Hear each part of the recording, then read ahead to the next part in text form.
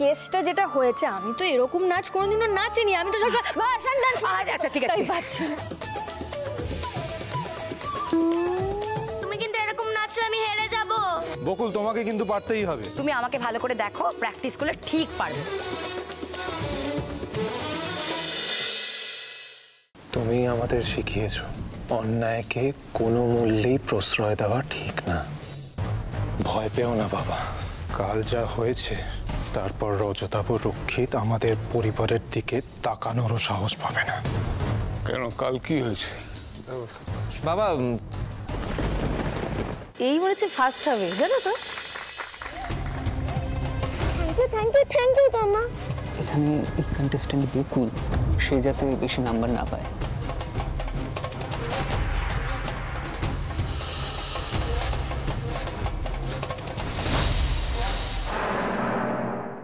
আপনাদের 5 মিনিট সময় দেয়া হলো। উই আর এক্সট্রিমলি সরি, আমরা কুইট করছি।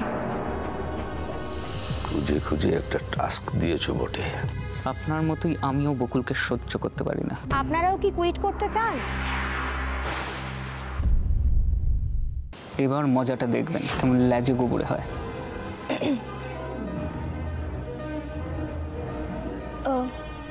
একটা পুরো সেন্টেন্স ইংলিশে বলার ক্ষমতা নেই ওর।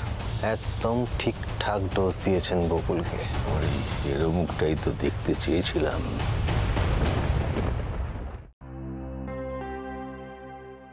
আচ্ছা, সব মিলিয়ে কোম্পানি কত টাকা ধার হয়েছে রজতাভ রক্ষিতের কাছে? প্রায় 20 কোটি টাকা। কি বলছো? 20 কোটি? হ্যাঁ, হিসেব অনুযায়ী যদি রজতাভ রক্ষিতের সমস্ত লোন আমাদের শোধ করে দিতে হয়, আর তার সঙ্গে যদি কোম্পানিকেও চালিয়ে নিয়ে যেতে হয়, তাহলে আমাদের অর্ধেক শেয়ার বিক্রি করে দিতে হবে। অর্ধেক নয় রোহন, তার চেয়েও বেশি।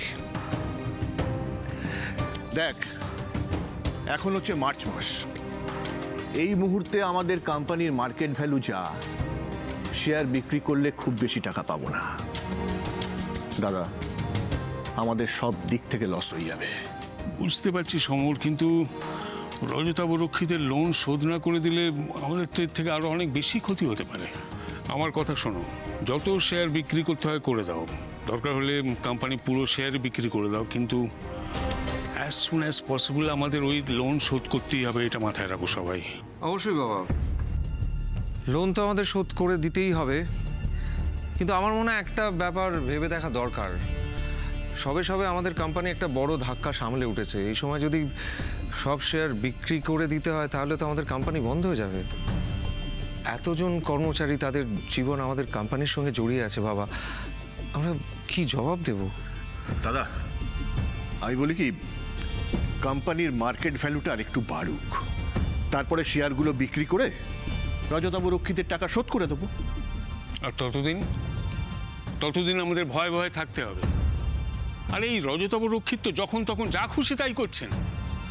বলা যায় না আমরা হয়তো বুঝলামই না, ওই টাকা নিয়ে আমাদের বিরাট কোনো স্ক্যামে ফাঁসিয়ে দিলেন। তখন টাকা তো যাবেই, তার সঙ্গে আমাদের কোম্পানি গুডউইলও পুরো নষ্ট হয়ে যাবে।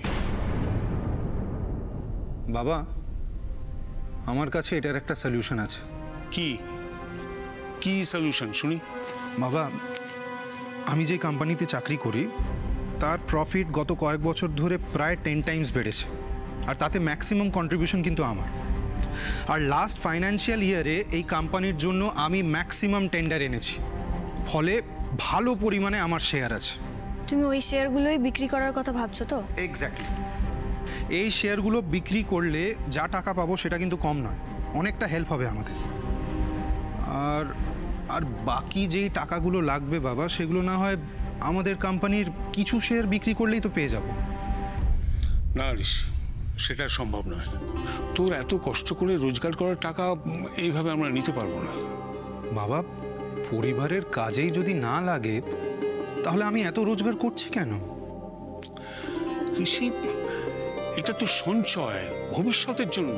না বাবা, এই সঞ্চয়, এই রোজগার সবটা বিপদ আপদে পরিবারের পাশে দাঁড়ানোর জন্য। ঋষি, বাবা তো ঠিকই বলেছেন। এই টাকাগুলো রোজগার করতে তোকে কম খাটতে হচ্ছে নাকি? দাদা ভাই, তুই অন্তত আমাকে সাপোর্ট কর। এইসব দিনের জন্যই তো এত কষ্ট করে রোজগার করা বাবা। শোন ঋষি, আমি বলছি কি, বাবা প্লিজ প্লিজ আর কিচ্ছু বলো না তুমি, আমার উপর ভরসা রাখো, সব ঠিক হয়ে যাবে। তাহলে এটাই ফাইনাল হলো, কালকেই আমি অফিসে গিয়ে বসের সাথে কথা বলছি, আর তারপর টাকাগুলো নিয়ে রজতাভ রক্ষিতের মুখে ছুঁড়ে মারবো।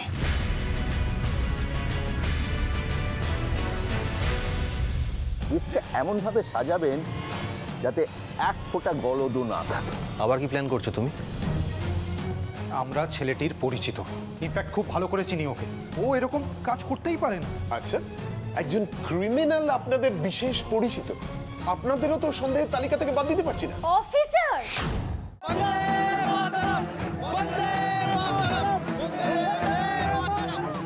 ছেড়ে দাও অনন্তদা, এখন আমরা চুপ করে থাকবো?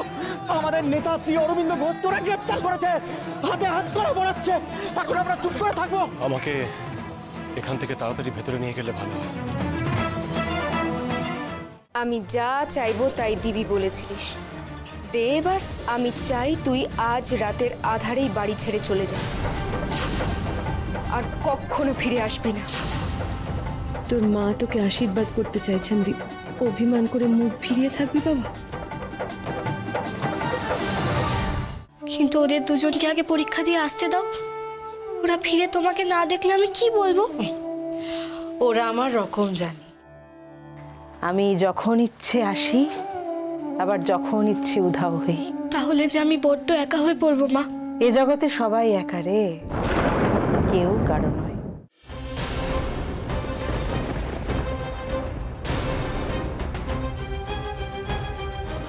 শ্যামা কোথায়? ওই কীর্তন দলে যে দুটো নতুন দাদা আর ওই দিদিটার সঙ্গে ওই দিকটায় গেল। কীর্তনের দুটো নতুন ছেলে আর মেয়ে, কারা তারা? তাদের সঙ্গে শ্যামাই বা কোথায় গেলেন?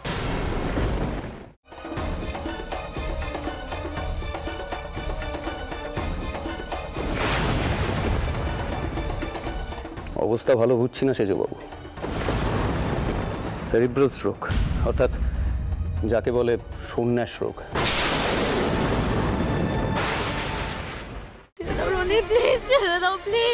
ছেড়ে দেবো তো, তার আগে ইঞ্জেকশনটা দিয়ে দিই। কি করছো রনি তুমি? এটা দিলে তুই তাকিয়ে থাকবি কিন্তু কথাবার্তা বলতে পারবি না। Hands up.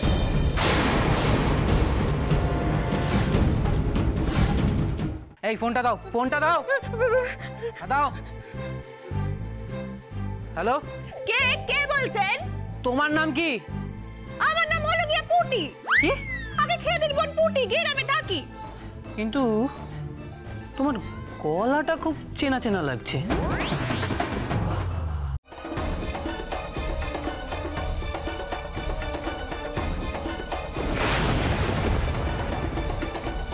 অবস্থা ভালো বুঝছি না সেজবাবু। সেরিব্রাল স্ট্রোক, অর্থাৎ যাকে বলে সন্ন্যাস রোগ।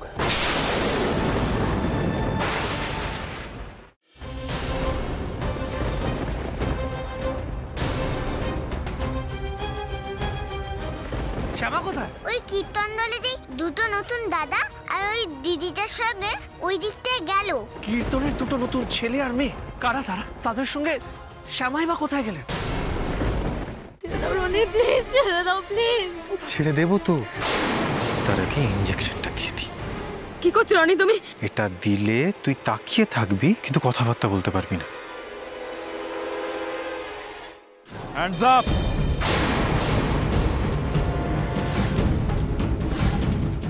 কিন্তু ওদের দুজনকে আগে পরীক্ষা দিয়ে আসতে দাও, ওরা ফিরে তোমাকে না দেখলে আমি কি বলবো? ওরা আমার রকম জানে, আমি যখন ইচ্ছে আসি, আবার যখন ইচ্ছে উধাও হই। তাহলে যে আমি বড্ড একা হয়ে পড়বো মা। এ জগতে সবাই একা রে, কেউ কারো নয়। আমি যা চাইবো তাই দিবি বলেছিলিস, দে এবার। আমি চাই তুই আজ রাতের আধারেই বাড়ি ছেড়ে চলে যা, আর কখনো ফিরে আসবি না। তোর মা তোকে আশীর্বাদ করতে চাইছেন দীপ, অভিমান করে মুখ ফিরিয়ে থাকবি বাবা?